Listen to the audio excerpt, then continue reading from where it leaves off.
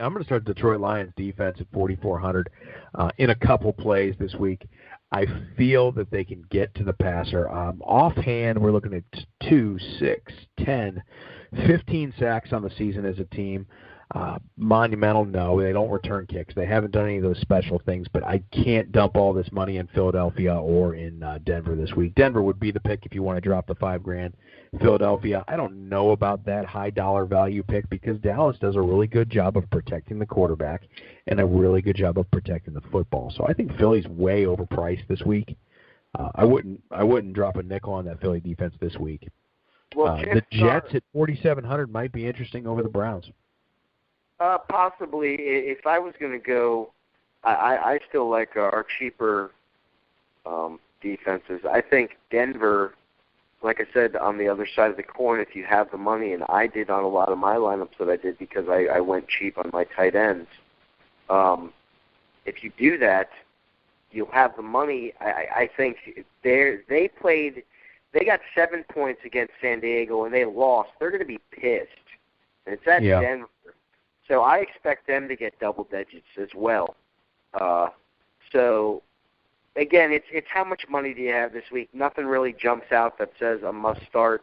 The teams that are the worst, and as far as they're giving up the most points to defenses, are also playing mediocre overall. Because, like you said, the Cleveland matchup, Cleveland on the other side of the coin could be a good start. It very well could be. If Fitz wants to throw a pick six, there's some availability there for sure. He wants to throw 6 of them, maybe. You know. Yeah. He's done it before. So who's to say he can't do it again? I would say that Cleveland's a lot more forgiving of a defense. But yeah, you got all kinds of possibilities with Fitz and all that nonsense. But something tells me though, if I had to pick one defense, because I like the Chargers only because with a lot of the way I went top heavy in the chalk, as you say. Sure.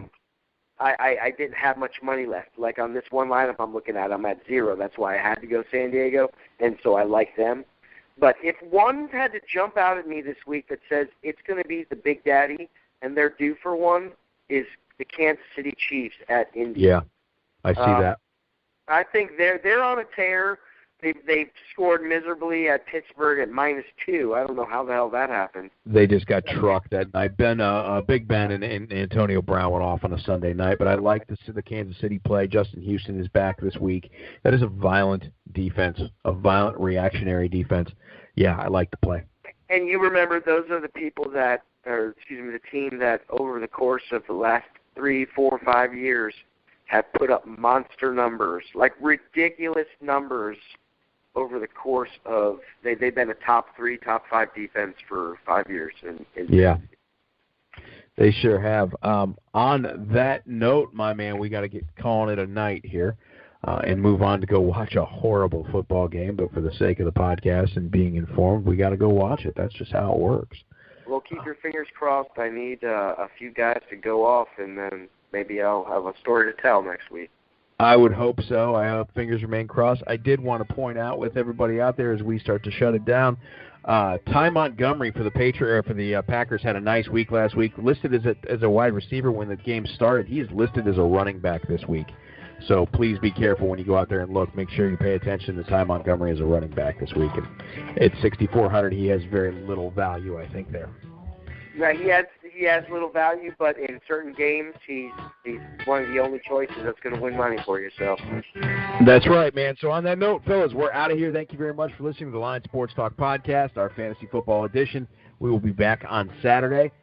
Pepper Jack, the Big Cheese, and Joey Peeps will come on, and we will go over our picks from last week, which were damn spot on. I hit a couple scores on the nose almost, or actually. Fire away the new picks for Week 8. Go enjoy it. Go pick your teams. Have a good one. Guys, good luck.